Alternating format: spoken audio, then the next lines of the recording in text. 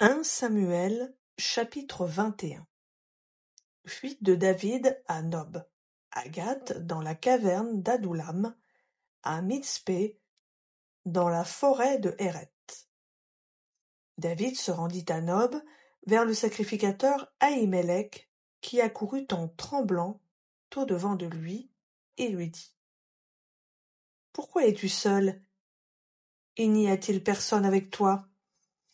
David répondit au sacrificateur Ahimelech: « Le roi m'a donné un ordre et m'a dit que personne ne sache rien de l'affaire pour laquelle je t'envoie et de l'ordre que je t'ai donné.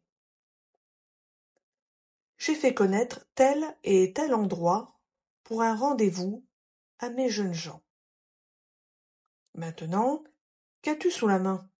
Donne-moi 5 pains ou ce qui se trouvera. » Le sacrificateur répondit à David: « Je n'ai pas de pain ordinaire sous la main, mais il y a du pain consacré, si du moins tes jeunes gens se sont abstenus de femmes. » David répondit au sacrificateur: « Toute femme nous est interdite comme auparavant, quand je partais en guerre.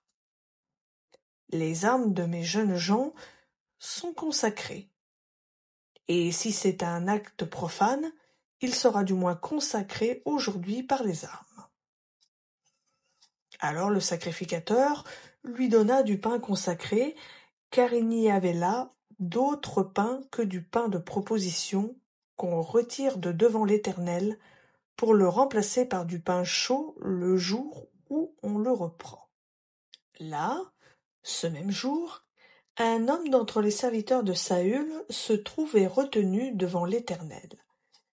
C'était un Édomite nommé Doeg, le plus important des bergers de Saül. David dit à Ahimelech: « N'as-tu pas sous la main une lance ou une épée? Car je n'ai pris avec moi ni mon épée ni mes armes, parce que l'affaire du roi était pressante. » Le sacrificateur répondit: « Voici l'épée du Philistin Goliath que tu as tué dans la vallée de Héla. Elle est enveloppée dans un vêtement derrière l'éphod.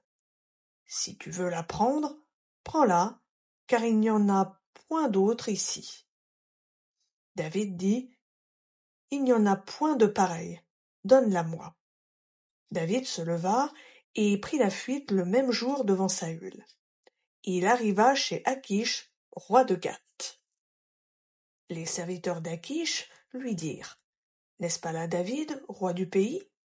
N'est-ce pas celui pour qui l'on entonnait tant d'encens?